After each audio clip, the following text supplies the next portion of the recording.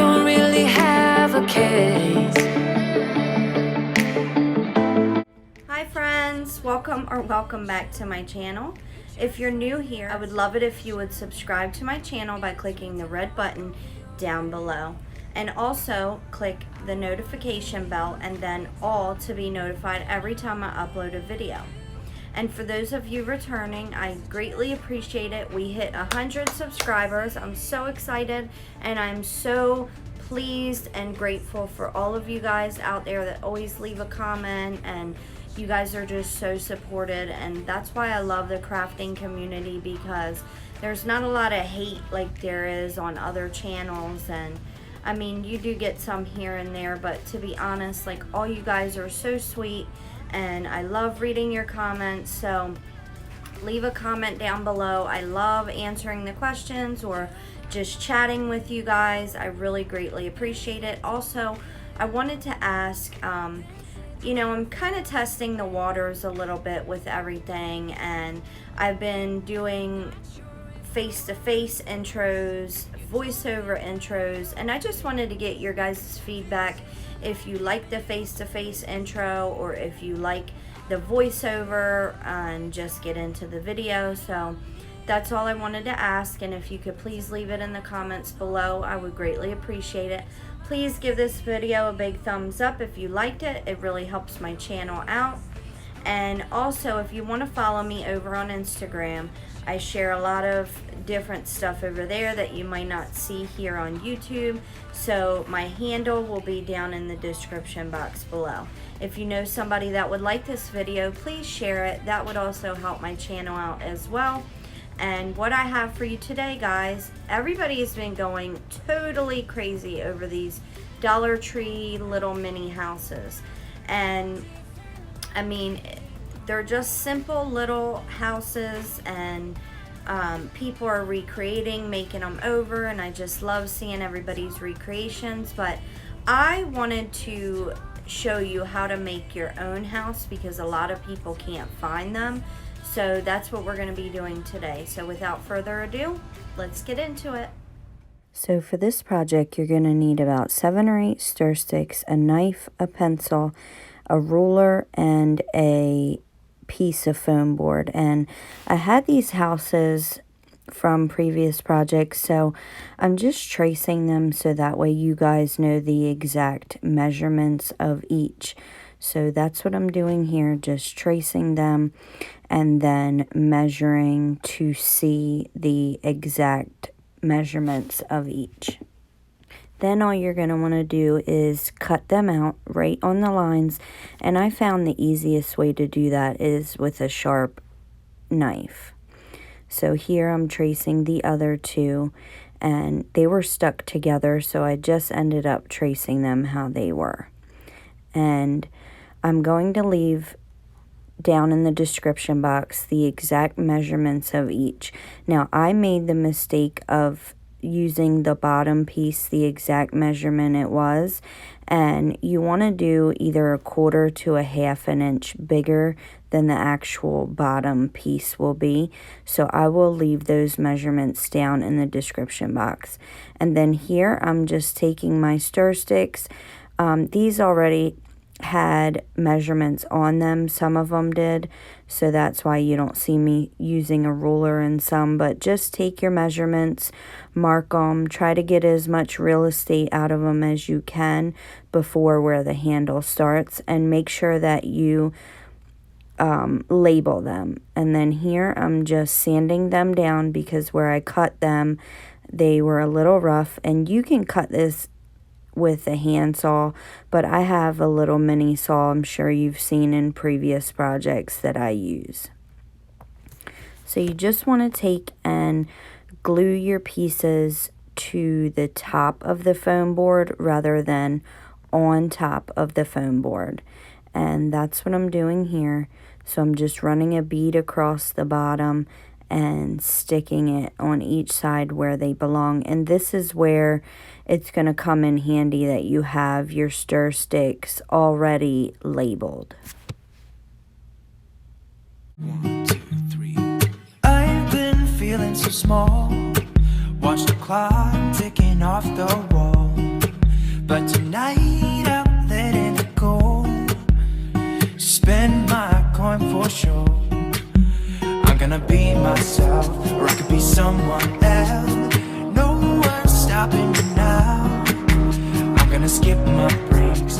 Okay, so here you're going to see that I realized that I had cut them too short, which I just went with it on this one, and I end up correcting it in the next one. So make sure that you follow my measurements down in the description box below, because the last two that I did, the measurements came out pretty good. And I did about 1/4 of an inch to 1/2 an inch larger than what it was, like I said. And I'm so sorry for my hair in the way, you guys. I didn't realize it, and I had already had it all filmed, and so I cut most of it out. That's why a lot of it, I'm really sad, I had to cut out, so I'm so sorry about that, but I will correct it for next time. But also I wanted to mention that when you run your bead across, you also want to run it up the side that's going to meet another stick. City lights looking fine, and I know. Okay, so here I'm just going in with some white Waverly chalk paint, and I'm just painting the entire thing except for the back. So the edges, the underneath, and the on top. And then I have a little pumpkin left over from my last DIY. You can go check that out. It was really cool, pumpkin wreath form project. But I'm just painting it in the moss color and the Waverly chalk paint, and that's going to go back in the background. And then I also have that metal harvest sign from Dollar Tree that I will glue on top, and I really like how these turned out. So let me know in the comments down below what you guys think, and also let me know if you like voiceover intros or face-to-face. So here I'm just using the elephant and the Waverly chalk paint, and again painting the whole thing. And then I'm also going to do the same thing with the next one with ink in the Waverly chalk paint. Someone else, I'm gonna be myself, I'm gonna be someone else. I'm gonna skip my breaks, I'm gonna make mistakes. I'm gonna skip my breaks, I'm gonna make mistakes. I'm gonna be myself, I'm gonna be someone else. I'm gonna be myself, I'm gonna be someone else. I'm gonna skip my breaks, I'm gonna make mistakes. I'm gonna skip my breaks, I'm gonna make mistakes. Try not to hold me down, feel alive when I'm in this town. Look at those beautiful stars, I wanna. So now comes the fun part, putting everything together.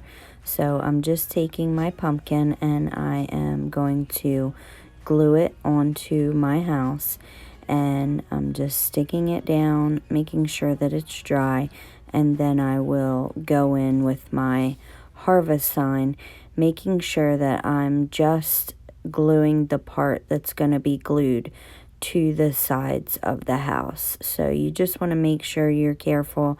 This will burn you, so it's metal and it gets hot with the glue, so just be careful. And this is what you should be left with.